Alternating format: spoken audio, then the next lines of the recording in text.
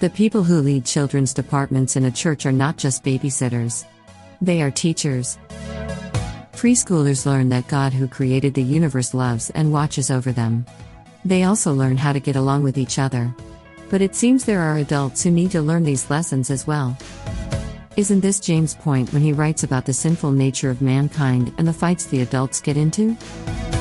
James 4 verses 1 through 3 says, "What is the source of quarrels and conflicts among you? Is the source not your pleasures that wage war in your body's parts? You lust and do not have, so you commit murder.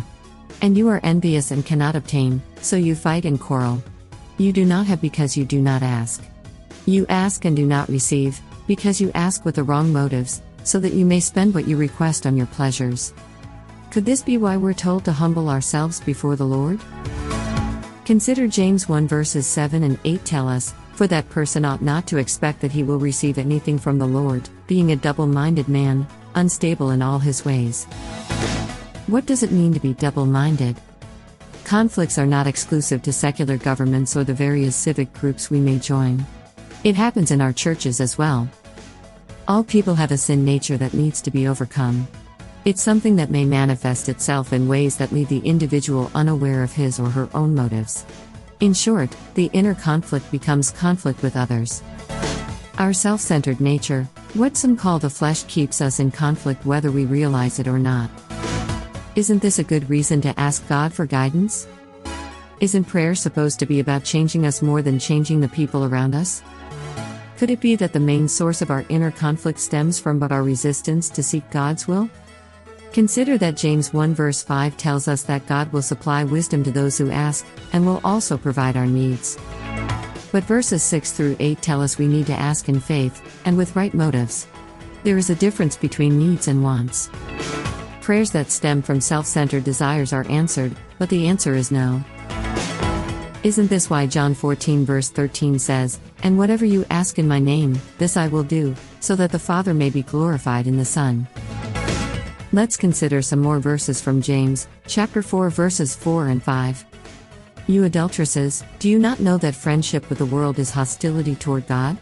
Therefore, whoever wants to be a friend of the world makes himself an enemy of God.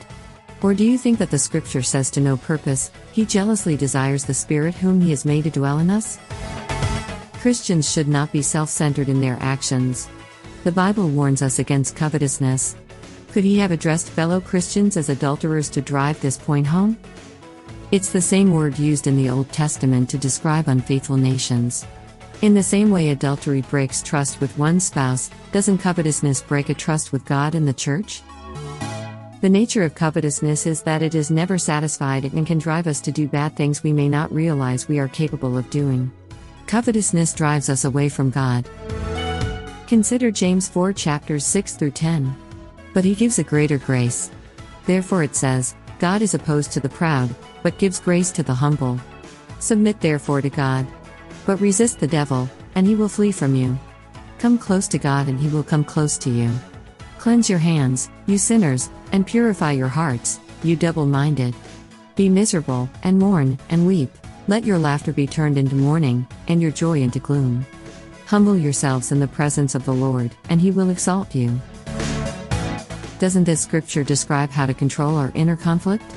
I'm not asking if it ends all temptation, I'm asking if it is how we are to control it. One writer delved into this saying we should resist the devil, but flee temptation. Our inner battle is resistance, walking away from a tempting situation is fleeing.